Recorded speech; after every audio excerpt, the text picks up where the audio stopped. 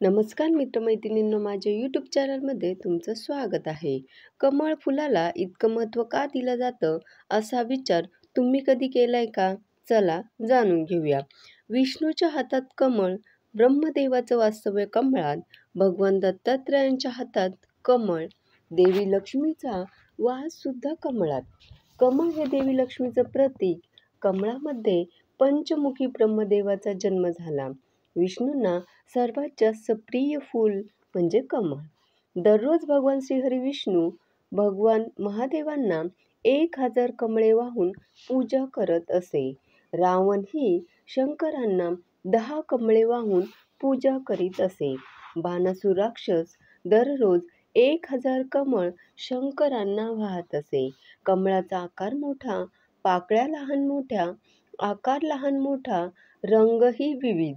सूर्योदयाला उगवतात, सूर्यास्ताला मिटतात. पांढरी शुभ्र कमळे. ब्रह्मकमळ रात्री उमलतं आणि सूर्योदयाला मिटतं. कमळ चिखलात, पाण्यात उगवतं. पाण्याच्या वर देठ येऊन मग कमळ फुलतं. चिखलाचा, पाण्याचा स्पर्शसुद्धा कमळाला होत नाही. स्वच्छ, पवित्र, सुंदर, मोहक कमळे दिसतात. पाणी पाण्यात वाढतात, पण त्यावर पाणी तरत नाही, पाणी चिटकत नाही. कमळ पुष्पाने आणि पाण्यानेही अध्यात्म शिकवलंय. संसारात राहून संसारापासून अलिप्त राहण्यास शिकवलंय. तळ्यात 12ही महिने फुले फुललेली दिसतात. एका युवतीने कवी कालिदासाला म्हटलंय, लक्ष्मीचा स्वभाव चंचल. कमळाची फुलं तोडायची म्हणजे कष्टाचं काम. तशी लक्ष्मी म्हणजे धन, दौलत, पैसा, अडका, सोनं, चांदी ही सुद्धा मिळवण्यास फार कष्ट पडतात. लक्ष्मी मिळवायला व्यवहार कुशलता, परिश्रम, चातुर्य, आळस झटकून टाकणं, दीर्घोद्योगी, बुद्धिमत्ता, व्यवहार, प्रयत्न, धाडस, शौर्य, शिस्त, काटकसर, जिद्द असे अनेक विविध गुण जर बाळगून कर्म केले तर लक्ष्मी प्रसन्न होते. कमळ पुष्पाला पुष्कळ पाकळ्या असल्या तरी देठ एकच असतो. त्याप्रमाणे सहकार्याने, सहजीवनाने, सहकारी तत्वाने, सामुदायिकरित्या संघटना करून एकजुटीने काम केले असता एका छत्राखाली कामाची व्याप्ती भरभराटीला येईल. अनेक जणांचा फायदा होईल. कार्याचा खांब मजबूत होऊन त्याचा विकास होईल. हे तत्व कमळापासून शिकले पाहिजे. देवाची पूजा, अर्चा, जप तप, उपवास वगैरे करून देवाचा परमभक्त देवासाठी आपले सर्वस्व अर्पण करून भक्ती करतो. तेव्हा देवाला भक्ताबद्दल भक्ती निर्माण होते. मग अशा या लाडक्या भक्ताला देण्यासाठी हातात कमळ पुष्प ठेवले असते. त्याला देण्यासाठी अवतीभोवती हुडकायला नको, खरेदी करायला नको, उठून दूर जायला नको. सतत हातात फूल बाळगले असल्याने लगेच भक्ताला देण्यास उपलब्ध होते. असे अनेक विविध पैलू कमळ पुष्पात असल्याने भारतीय संस्कृतीचा आत्मा कमळ आहे आणि म्हणूनच कमळ फुलाला एवढं महत्त्व आहे.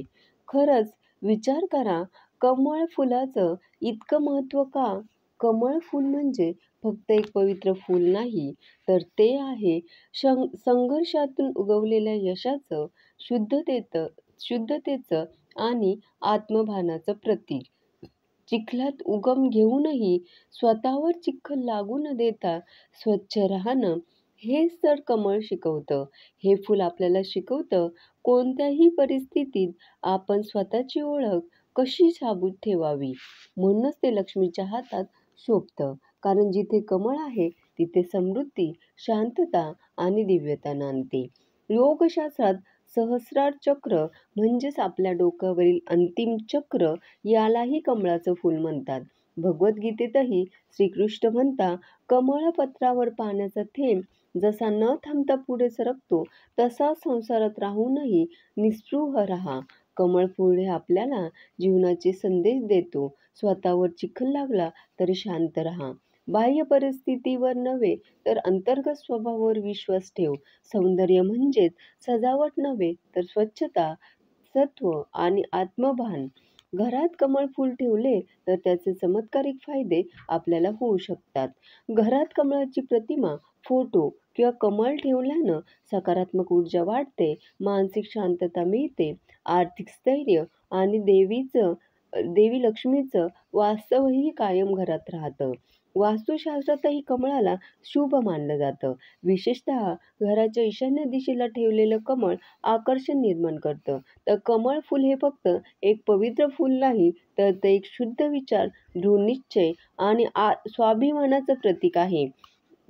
देवता ज्याला धरून बसतात ते कमळ आपणही आपल्या जीवनात धारण केलं तर नक्कीच समृद्धी, शांती आणि यश आपल्याला आयुष्यात फुलू लागेल. मग हे कमळाचं महत्त्व धन्यवाद. आपल्याही आयुष्यात जाणून घेणं तितकंच महत्त्वाचं आहे.